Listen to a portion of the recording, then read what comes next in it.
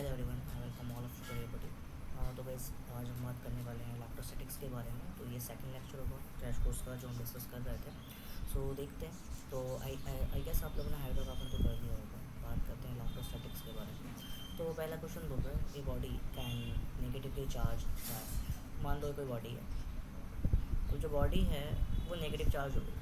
तो ये बहुत सिंपल सा रूल है। अगर किसी बॉडी के अंदर आप इलेक्ट्रॉन्स को बढ़ा देते हो, ठीक है, तो उस बॉडी के अंदर आप बोल सकते हो कि वह नेगेटिव चार्ज हो जाएगी। ऑप्शन देखते हैं। Removing some neutron from it. Neutron हटाने से कोई फ़र्क नहीं पड़ता, क्योंकि न्यूट्रॉन हटाने से उसका बस वेट कम होगा, उसका कोई चार्ज में फ़र्क नहीं पड़ेगा। Giving excess of electron. अगर आप उसे बहुत सारे इलेक्ट्रॉन दे दो, हाँ, क्योंकि अगर आप उसे इलेक्ट्रॉन दोगे तो उसके पास नेगेटिव चार्ज बढ़ जाएगा। तो एक ऑप्शन ये हो सकता है। बोल रहा है removing some proton from it, उसमें कुछ प्रोटॉन निकाल दो। अगर आप प्रोटॉन निकाल दोगे तब भी उस पर नेगेटिव चार्ज बढ़ जाएगा। ओके, रिमूविंग सम इलेक्ट्रॉन निकालोगे तो उस पर पॉजिटिव चार्ज बढ़ जाएगा। तो आपके पास दो ऑप्शन है जहाँ पे आपको देखने को मिल रहा है कि जहाँ पे वो नेगेटिव चार्ज हो जाएगा। बट मोस्टली क्या होता है, हमारा जो सारा खेल रहता है ना, वो आपका इलेक्ट्रॉन से रहता है, जो कि तुम बॉडी से इलेक्ट्रॉन को निकाल सकते हो या दे सकते हो। जो कि प्रोटॉन तो न्यूक्लियस के अंदर होते हैं, तो उन्हें निकालना काफ़ी ज़्यादा मुश्किल होता है। तो आप बस इलेक्ट्रॉन्स को ही निकाल सकते हो। ठीक है, तो इस हिसाब से ऑप्शन बी करेक्ट होगा। Let me change the pen change कर लेते हैं थोड़ा सा। ओके, आई थिंक ये कलर फाइन है। ठीक है, तो आप ध्यान रखना, इलेक्ट्रॉन से आप निकाल सकते हो, इसलिए आपका आंसर ये होगा। You can only remove electron. Okay, you can only remove electrons because वो शेल के अंदर होता है। प्रोटॉन्स नहीं निकाल सकते क्योंकि वो एटम के न्यूक्लियस के अंदर होते हैं। नेक्स्ट देखते हैं, the number of electron from 1 coulomb of charge. पूछ रहा है कि 1 कूलम चार्ज में कितने इलेक्ट्रॉन्स होते हैं। ठीक है, सो हम एक फॉर्मूला जानते हैं, that Q is equal to N into E. यहाँ पे Q होता है कितना चार्ज है, एन कितने इलेक्ट्रॉन्स है, और ई इलेक्ट्रॉन पे चार्ज है। तो हमसे बोल रहा है कि 1 कूलम है, यानी आपको Q जो है वो हो जाएगा 1 कूलम आपको दे रखा है। एन आपको एज यूजल ढूंढना है। इलेक्ट्रॉन पे चार्ज होता है 1.6 10⁻⁻19। तो यहाँ माइनस को हम कंसिडर नहीं करेंगे, क्योंकि माइनस हमें उसका नेचर बताता है, ना कि उसकी वैल्यू बताता है। Okay, so that just put it. तो 1 इज इक्वल टू एन आपको ढूंढना है, 1.6 10⁻⁻19। सॉल्व करते हैं तो n will be equal to 1/1.6 10⁻⁻19। थोड़ा और इसको एलोबरेट करेंगे तो ये हो जाएगा 16 इंटू 10⁻⁻20। इसको ऊपर भेज दोगे तो ये हो जाएगा 1/16 इंटू 10⁻20। अब आपको 1 को 6 से डिवाइड करना है, तो डिवाइड कर लेते हैं। ये वाली पॉइंट लगाओगे 10 हो जाएगा, पॉइंट लगाओगे 100 हो जाएगा। एंड 16 इंटू 5 आपका हो जाता है 80। 16 6 6 36 96 हो जाता है। तो 0.625 समथिंग आंसर आएगा। ओके, 0.625 आएगा। तो हमारे पास जो होगा नंबर ऑफ इलेक्ट्रॉन 0.0625 इंटू 10⁻20। अब आपको इसको एक रिड्यूसिबल टर्म में लाना है 6.25 के, तो आप 2 नंबर पीछे भेजोगे तो हो जाएगा 6.25 इंटू 10⁻18। आई थिंक ये पावर आगे पीछे करना सबको आता होगा। तो ऑप्शन आपका होना चाहिए सी करेक्ट। ओके, सिंपल सा क्वेश्चन था, थोड़ा न्यूमेरिकल बेस था। नेक्स्ट देखते हैं। नेक्स्ट हमें क्या दे रखा है, तो वो रखा है let E be the electric field. I think colour थोड़ा डार्क है, दूसरा कलर दे दीजिए। चलो ये ठीक है, इसमें हम चेंज कर देते हैं colour. Let's say green seed. Okay, let E be the electric field due to the dipole in axial plane distance L. Okay, आपसे बोल रहा है कि ई ए जो है वो इलेक्ट्रिक फील्ड है, वो dipole at axial plane. Okay, फिर बोल रहा है E Q be the electric field of the equatorial plane distance L. Okay, पूछा है क्या रिलेशन होगा, तो इसके लिए पहले बात आपको फॉर्मूला पता होना चाहिए। अगर हम बात करते हैं एक्सियल के बारे में, तो एक्सियल पे आपका क्या होता है, it is K twice of P by R cube. और इक्वेटोरियल पे क्या होता है आपका, इक्वेटोरियल पे आपका होता है K P divided by R cube. अगर तुम दोनों को इक्वेट करते हो, E A will be equal to E Q करते हो, तो ई ए हो जाएगा के 2p। थोड़ा साइड में लिखते हैं।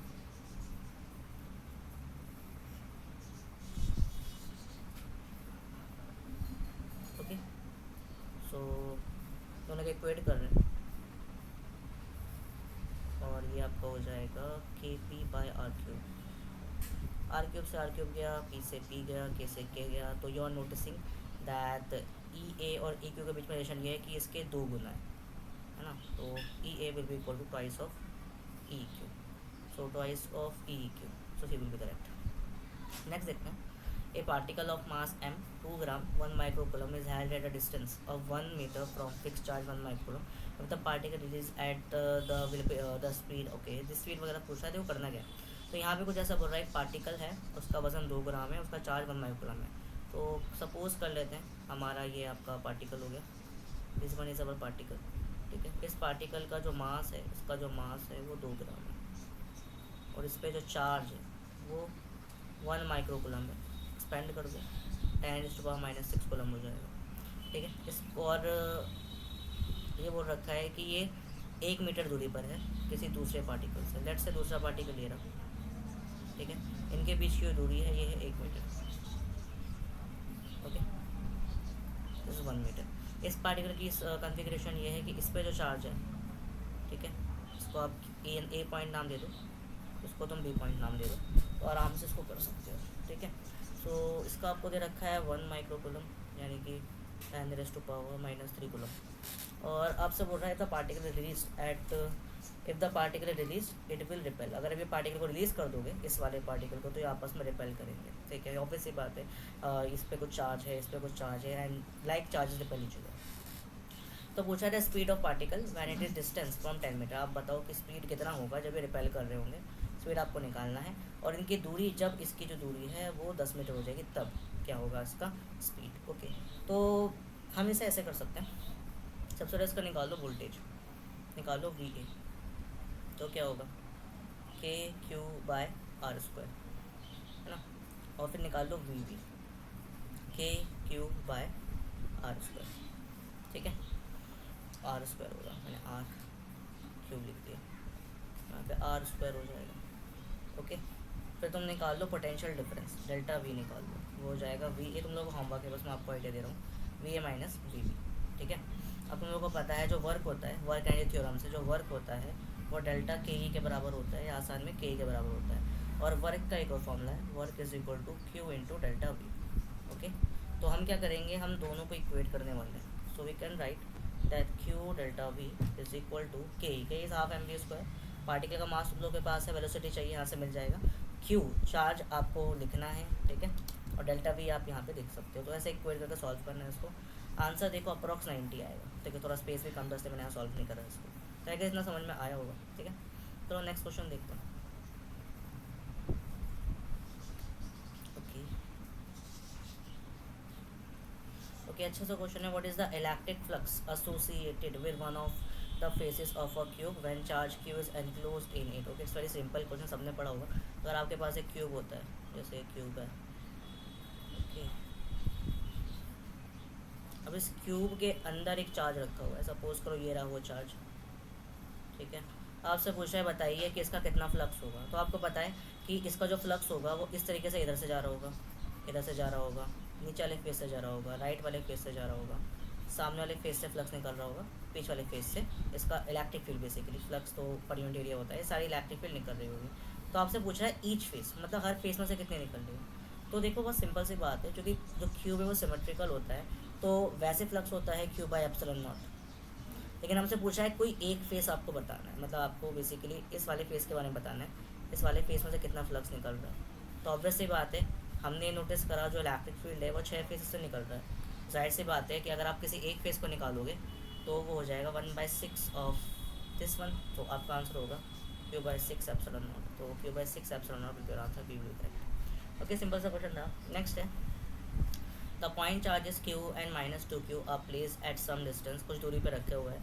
If electric field at a location of Q is E, okay, the electric field at location of Q is E, दो बार रिपीट हो गया। The electric field at a location of -2Q will be, ये पूछ रहा है, okay. Point charge -2 का place at some distance apart, okay. मान लेते हैं आपके पास एक Q चार्ज ये है, -2Q चार्ज ये है, ठीक है। कुछ दूरी पर रखे हैं, दूरी नहीं पता, at some distance, so I don't know distance क्या है। लेट्स से डिस्टेंस आपका R है। If the electric field at the location of Q is E, मतलब इस तरफ जो इलेक्ट्रिक फील्ड है वो Q है। तो आपको पता है पॉजिटिव चार्ज से इलेक्ट्रिक हमेशा बाहर की तरफ निकलती है, तो ये इलेक्ट्रिक फील्ड यहाँ से बाहर निकल रही है क्योंकि प्लस का चार्ज है, आउटवर्ड निकलती है ना, ठीक है। और एक ऐसे भी जा सकती है इस तरफ, तो मैं इधर की दिखा रहा हूँ। The electric field at the location of Q is E, इसका वैल्यू हमें दे दिया। The electric field at the location of -2Q will be, पूछा है कि -2Q में कितना इलेक्ट्रिक फील्ड होगा, ठीक है, ये आपसे पूछ रहा है। तो इसको आप कैसे कर सकते हो बेसिकली, लेट्स से आपके पास दो चार्जेस हैं। ओके, इलेक्ट्रिक फील्ड का पहले फॉर्मूला लिख लेते हैं। तो इलेक्ट्रिक फील्ड जो है हमारे सामने इस वाले चार्ज के लिए, तो पहले देखो ई फॉर चार्ज क्यू क्या हो जाएगा, के क्यू बाय आर स्क्वायर, इसके वैल्यू को ई बोला उन्होंने। अब हम बात करते हैं फॉर -2q। -2q के लिए क्या होगा, के of -2q bye are square. थोड़ा सा और इसको सिंप्लीफाई करो अगर, तो इसको तुम ऐसे लिख सकते हो, that E is equal to K by, यहाँ पे स्क्वायर है, ठीक है। सो आर स्क्वायर और क्यू, और अलग से यहाँ पे 2 है, वो भी माइनस का है, ठीक है। तो यहाँ पे क्या नोटिस कर दो कि इतना जो पार्ट है, इतना जो पार्ट है वो लगभग जो है ई क्यू की तरह दिख रहा है, ठीक है। वैसे -2q वाले के लिए ओके, ई क्यू की तरह दिख रहा है। So can I right that E of -2q, मतलब -2q चार्ज का जो इलेक्ट्रिक फील्ड है, इसको हम पूरा ई बोल सकते हैं, वो होगा ई ऑफ -2p। तो ये हो जाएगा -2। तो ऑप्शन डी भी करेक्ट, गॉट माई पॉइंट, इसी था। ओके, हाँ, हमारे इलेक्ट्रॉन मेकअप और चार्ज ऑफ 20 माइक्रोन। आसान क्वेश्चन है, आपसे पूछा कितने इलेक्ट्रॉन, तो आपसे n पूछ रहा है, क्यू आपको दे रखा है आपके पास 20 into 10⁻⁻6 coulomb, you can solve it on. और ये होता है 1.6 10⁻⁻19 कोलम। तो ये आप सॉल्व कर लेना, होमवर्क से याद मैंने करा दिया। ओके, क्लियर है। नेक्स्ट देखते हैं, एक conducting sphere of radius 10 centimetre, okay, is charged with 10 microcoulomb. Another uncharged pair of radius 20 centimeter is allowed to touch it after some time. After that, the sphere are separated. Then the surface charge density of the sphere will be, okay, surface charge density बोल रहे हैं। So ये कुछ ऐसी condition है, मान लो एक spare ये रहा, ठीक है। तो ये जो स्पेयर है इसका रेडियस 10 सेंटीमीटर है, ओके, इसका जो रेडियस है वो है 10 सेंटीमीटर, और हमारी भाषा में कहें तो ये हो जाएगा 10 इंटू 10⁻⁻2 मीटर, यानी कि ये हो जाएगा 0.1 मीटर, ओके, इसका रेडियस है। इस पर charge with 10 microcoulomb, okay, okay, तो इस पर जो चार्ज है वो चार्ज है कुछ इस टाइम 10 माइक्रोकूलम, ओके। एक और दूसरा रेडियस है, कलर चेंज कर लेते हैं, रेडियस कह रहा हूँ, स्पेयर है, ओके। दूसरा स्पेयर है, उसका जो रेडियस है वो 20 सेंटीमीटर है, ठीक है, या कहें तो हम 0.2 मीटर है, ठीक है। इसका रेडियस जो हमें दे रखा है, इसका रेडियस है। पूछ रहा है इन दोनों को टच करा रहे हैं, ठीक है भाई, इन दोनों को टच करा रहे हैं। अगर जब आप दो चार्ज को टच कराते हैं, मतलब ये दोनों जो है ऐसे ऐसे करके आपस में पास आ रहे हैं और टच कर रहे हैं, तो टच करने के बाद कुछ ऐसा डायग्राम होगा, चार्ज इंडक्शन, चूँकि इसमें चार्ज इंडक्शन काफ़ी फेमस होता है। तो वेरी रेड, ये दोनों ऐसे करके टच कर रहे हैं, ओके, सर्कल बनना नहीं, but I just made it, okay. तो यहाँ पे जब ये टच करते हैं, सपोज करो इसमें चार्ज जो है वो इस टाइम 10 माइक्रोकूलम है, तो वो जो 10 माइक्रोकूलम है ना, उसमें से ये आधा इसको दे देगा, आधा अपने पास रखेगा। मोस्टली क्या होता है, क्योंकि इंसानों की तरह चार्जेस के अंदर ऐसा नहीं होता है, यहाँ पे इक्वल बंटवारा होता है चीज़ों का। तो चार्जेस में इक्वल बंटवारा होने की वजह से यहाँ पर आप कह सकते हो कि इसके पास तो रह जाएगा सिर्फ 5 माइक्रोकूलम, इसके पास रह जाएगा 5 माइक्रोकूलम, ठीक है। ये चीज़ आप नोटिस कर सकते हो, चार्ज डिस्ट्रीब्यूट हो गया। तो आपसे बोल जाए सरफेस चार्ज डेंसिटी का रेशियो बताओ, तो अल्फा क्या होता है, alpha is your Q by A, surface charge density को अल्फा बोलते हैं, ठीक है। तो आपको क्या करना है, आपको अल्फा, इसको हम स्पेयर नंबर ए नाम दे देते हैं, इसको स्पेयर नंबर बी नाम दे देते हैं। आपको अल्फा ए और अल्फा बी का रेशियो निकालना है, ठीक है। तो ज़रा मैं थोड़ा स्पेस यहाँ क्रिएट कर देता हूँ, ओके, इनका थोड़ा साइज छोटा कर देता हूँ ताकि आपको स्पेस मिल जाए थोड़ा सा, ओके। तो करते हैं सर, तो हमें निकाला है अल्फ़ा ए और अल्फ़ा बी का रेशियो। इंटरेस्टिंग बात यह है, क्यू ए और क्यू बी जो है वो इस टाइम बिल्कुल सेम है, क्योंकि दोनों पे 5 माइक्रोकूलम का चार्ज हो गया है। तो क्यू ए है वो भी 5 है, और जो क्यू बी है वो भी आपका 5 ही है। तो दोनों में चार्ज बिल्कुल इक्वल है इस टाइम, ठीक है। तो Q A will be equal to Q B, इसे मैं सिंपली क्यू बी लिख सकता हूँ। अब बस आप वैल्यू पुट करो, आपको एरिया लिखना है। तो स्क्वायर का एरिया जो होता है, स्क्वायर का एरिया होता है 4πr², ओके। अब यहाँ पे आपको आर पुट करना है, लेट्स राइट फॉर सिग्मा ए लिखते हैं। तो सिग्मा ए का चार्ज जो है, चूँकि दोनों का चार्ज सेम है, इसलिए मैं उसको सिंपली क्यू लिख रहा हूँ, ठीक है। एरिया लिख लेते हैं, एरिया होगा 4πr², तो 4πr², आर है यहाँ पे 0.1 का स्क्वायर। और उसे पावर के टर्म में लिखो, ज़्यादा आसान, क्योंकि हम काटापिटी करेंगे तो पावर के टर्म में होगी ना, तो पावर के टर्म में लिखना ज़्यादा आसान रहेगा। तो 4π10⁻⁻1 का स्क्वायर, क्वेश्चन 1। अब ऐसे लिख लो सिग्मा बी, तो सिग्मा बी आपका हो जाएगा सेम क्यू चार्ज, और नीचे आ जाएगा 4 पाई इंटू 2 इंटू 10⁻⁻1 का स्क्वायर इक्वेशन टू। अब दोनों का रेशियो ले लो, ठीक है। तो रेशियो लेने के लिए स्पेस बनाना पड़ेगा दोबारा से।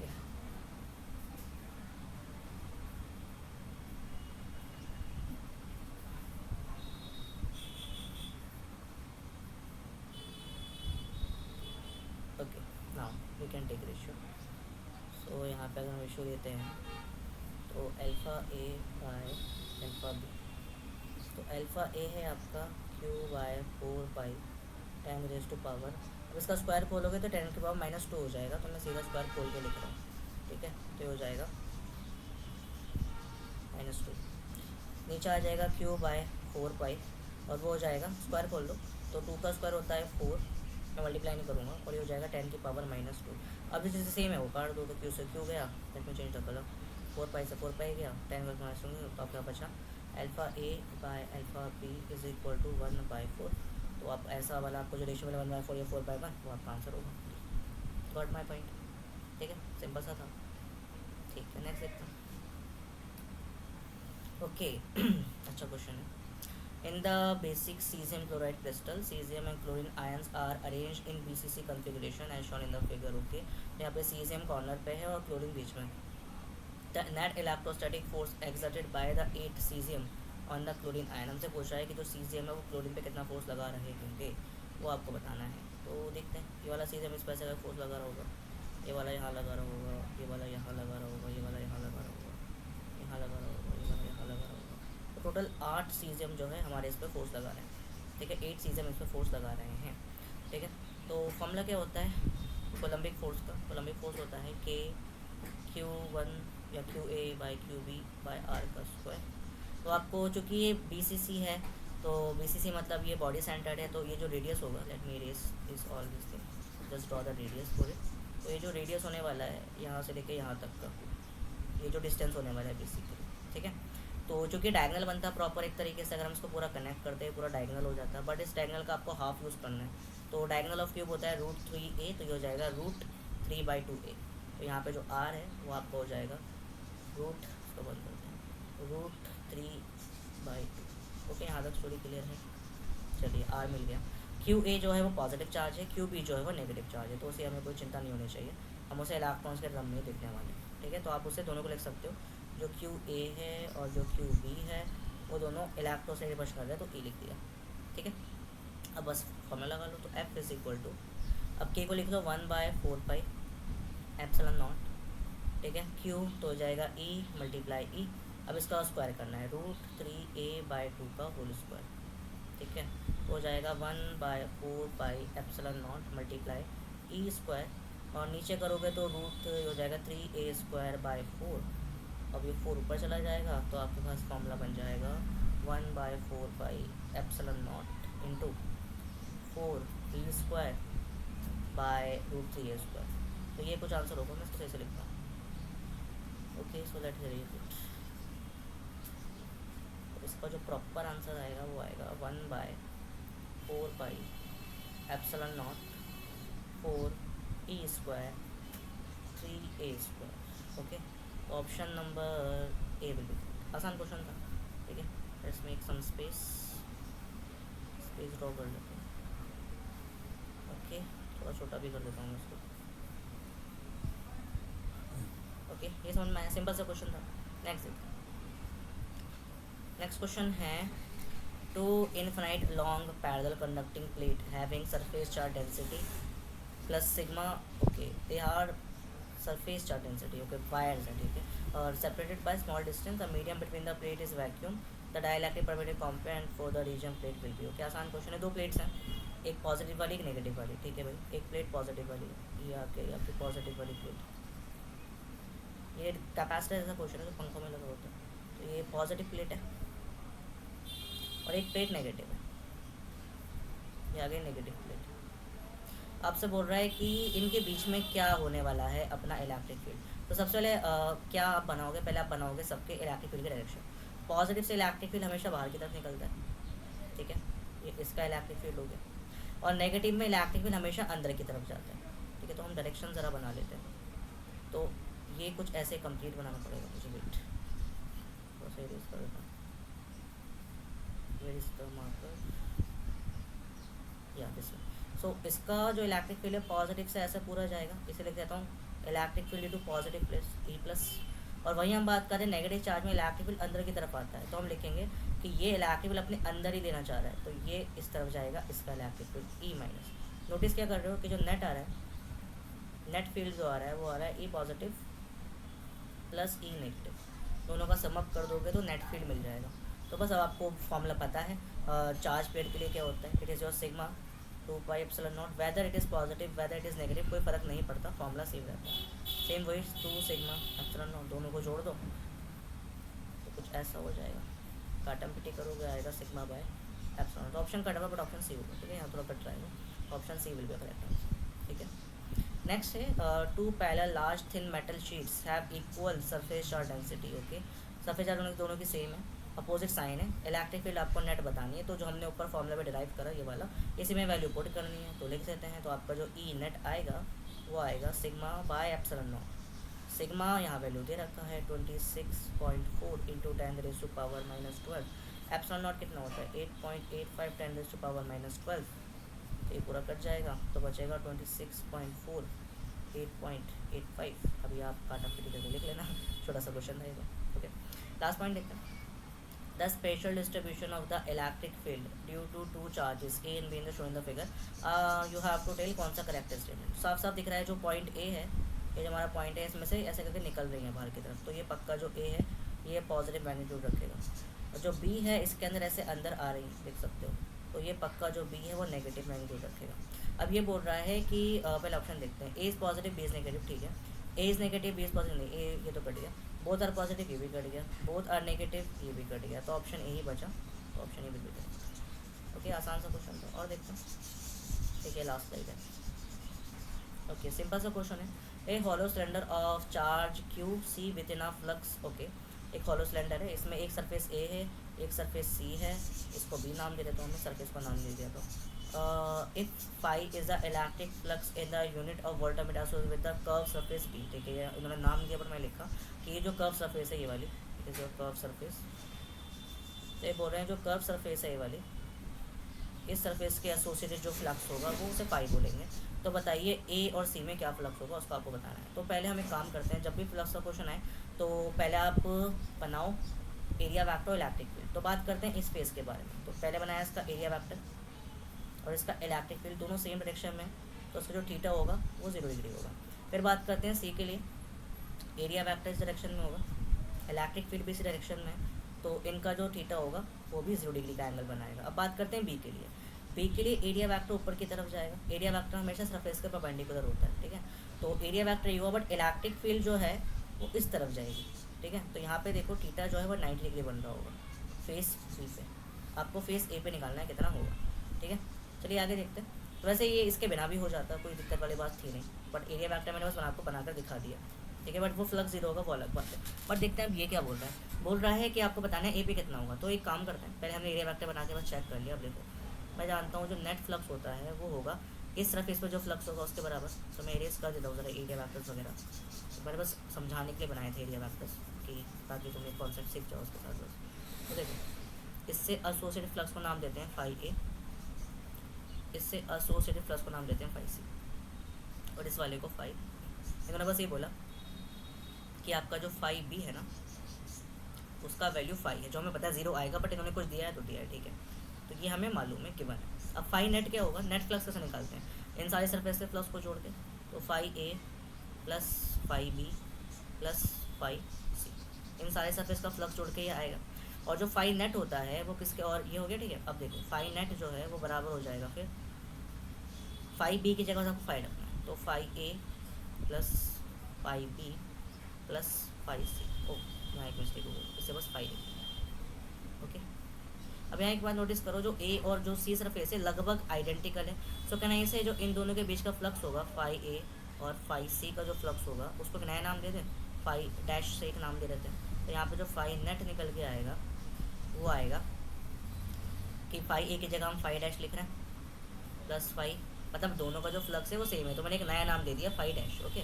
तो ये हो जाएगा फाई डैश। अब देखो इनको एडअप कर लो तो ये हो जाएगा 2 फाई डैश प्लस का फाई और फाई नेट का फाई नेट, अच्छा फाइन नेट क्या होता है according to Gauss law, it is your Q by epsilon not, और ये हो जाएगा फिर 2 फाई डैश प्लस फाई, अब इस फाई को उधर भेज दो, तो 2 phi dash is equal to Q by epsilon not minus phi, ठीक है।